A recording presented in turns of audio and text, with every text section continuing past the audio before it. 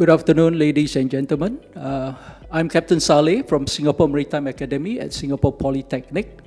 I'm quite fortunate to go after Eve because Eve has covered quite a fair bit of things, and hopefully I can skip a couple of slides along the way. Thank you, Eve. Okay, I think all of us are aware that a lot has been said about the need of training for emerging fuel, new fuels, as they come into the industry. And we recognize the critical need of this training, and at Singapore Maritime Academy, we have made some effort in trying to address some of these concerns that the industry is having. And the effort that we have done is we have worked with partners, including, most importantly, MPA, to try and come up with a curriculum that addresses some of these emerging needs. So in this presentation, what I intend to do is to share with you the journey that we have taken in developing this curriculum. So in this particular presentation, these are the areas that I'll be looking at, okay? Particularly the importance of training. I think we all recognize the importance of training, and currently some of the things that we are doing is to ensure whatever gaps that the industry has identified, we hope that we can work together along with the industry to try and develop something that can be curated based on your needs. We also need to look at the importance of new ship's fuel. I think a lot of us are aware the various possibilities in the future. Methanol has been said, ammonia has been said. What else beyond that? I think Eve also alluded that perhaps in the future, nuclear, okay, could be a source of energy to propel the ship.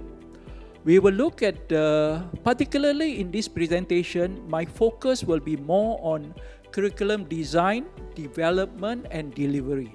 Okay, I think this is the core business that we are in. Being a maritime training institution, we are very much involved in this area of work.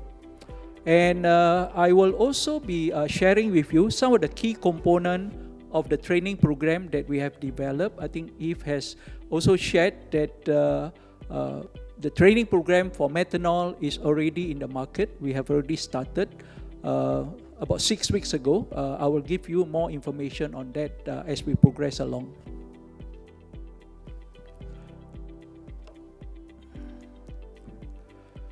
Okay, first we need to recognize that training is important. Training is important for the various purposes. One is about safety. Second is about complying to the emerging changes in the regulatory environment.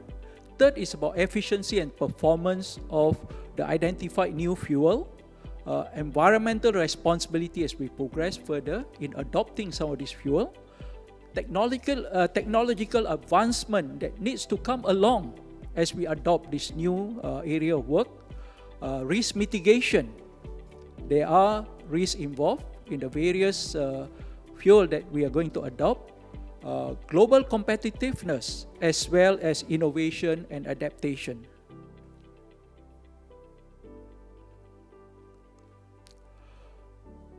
In terms of new fuel,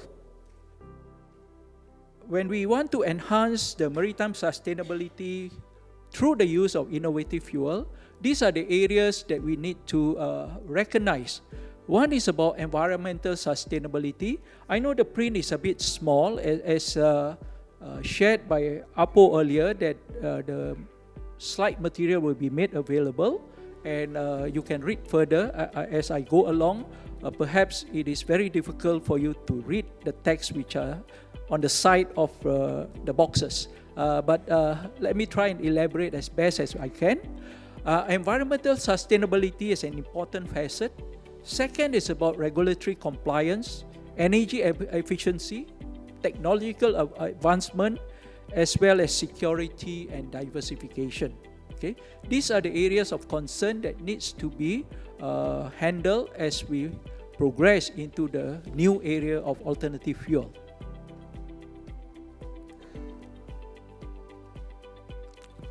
Looking at the possibilities of the various new fuel, these are some of the list of possibilities. I think a lot of talks and focus has been on ammonia as well as methanol recently. The cost that we have already put in place is for methanol, the use of methanol for ship's fuel. However, curriculum development is evolving in terms of other alternative fuel, including ammonia. There are a lot of discussion, as mentioned by Captain Eve, that has taken place not only locally but at international level. Some of these forums also involve SMA as a training institution. We are also involved in some of the discussion in terms of developing the Singapore standards, working in the various working group to try and come up with some recommendations, some guideline for the industry to adopt. So these are the possibilities: methanol, ammonia, LNG has been there. Okay, there are other things that could be part of it that could also involve some of these things. So again, I will not delve too much into this. The text will be provided to you. Perhaps the area that I could focus on is the journey that we have taken in developing this new course. Okay, basically it is a 3D journey. Okay, it's not the 3D like you watch on the movie. It's about design, development, and delivery of the courses. Okay, so this is typical to what we do in maritime education and training, where when we wanted to curate a course, we need to look at these three areas. So in the design phase, we did a need analysis. Okay, we come up with a clear learning objective, and we partner other industry partners to have what we call a collaborative curriculum design environment, where we involve, in particular, Maritime Port Authority of Singapore. We bounce ideas with our colleague from MPA to come up with the curriculum. In the development phase, basically we identify what content is needed. Okay, we use the basis of the IGF code as a guideline. We expand it further and look beyond that to see what is relevant for the new curriculum that we are developing. Then we develop the curriculum, we identify the various assessment tool that is needed and the various criteria. What are the instructional material, what are the resources that is available out there. Being new, we have a big challenge when we are looking for resources. Okay, later I will elaborate more on how do we ensure that the gap that we have is taken care of. And then we have to go through the approval process. In fact, early this morning at the Maritime Manpower Forum, the Senior Parliamentary Secretary, Mr. Bae Yam Keng, has announced that SMA has actually launched the first MPA-approved methanol as ship fuel course. Okay, so we started the course about 6 weeks ago. Okay, so we have run 2 basic and 3 advanced program. I will share with you a little bit more later. And of course, the delivery is another important part. Okay, how do we deliver the program? So how do we go about coming up with this program? Is through what we call Operation and Technology Roadmap. Okay, OTR roadmap. So how do we develop that? We have an objective. Our primary objective is to empower our staff and students with the expertise and knowledge to be actively involved when the new fuel is introduced on board ship. Okay, so our role is to make sure that when the new fuel is introduced, the personnel that is going to work on board, the personnel who is going to handle the fuel ashore during the bunkering operation is ready. Okay, so That is what the objective is.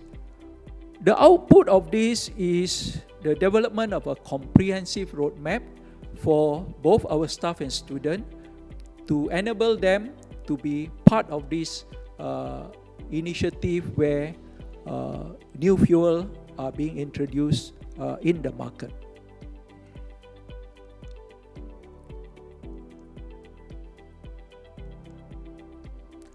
Okay, this is the what we did in the month of September or October 2023. So we went through a comprehensive workshop, 4-phase workshop to come up with the curriculum for the program.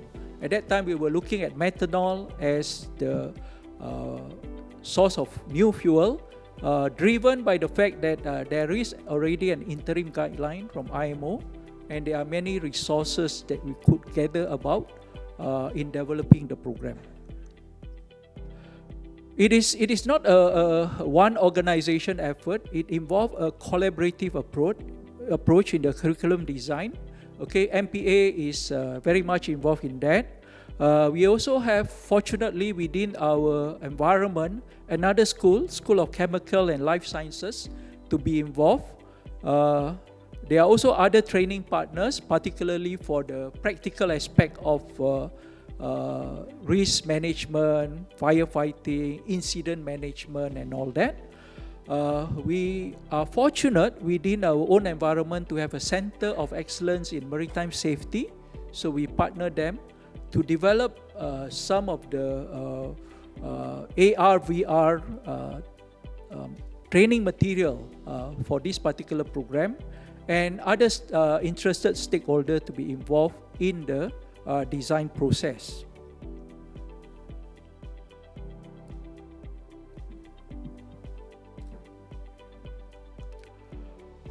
So I mentioned about skill gap and capabilities development for our staff as well as students.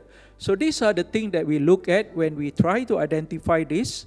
Understanding the various alternative fuel, building technical expertise among our colleagues, making sure that regulatory compliance is embedded into the program, safety and risk management involved, environmental sustainability, as well as the importance of research and innovation. I mentioned earlier about the methanol course. So this was the journey that we took in developing the methanol course. We have the basic course and the advanced program, meant for different group of personnel. Okay. So I just need to highlight that this phase of development was done in close consultation with Maritime Port Authority. Okay, and we developed in alignment with the existing model course where it is available, and also the interim guideline that has been made available, and other relevant resources.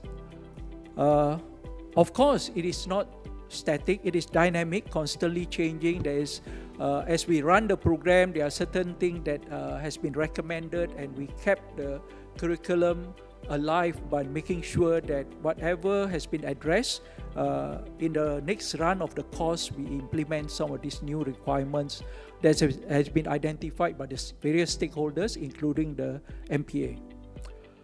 The basic course is tailored for maritime professional responsible for safety-related duties.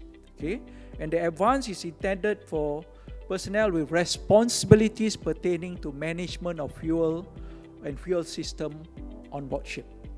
Okay, and as I mentioned, they are all in alignment with the what MPA has indicated to us. I appreciate your kind attention, and if there's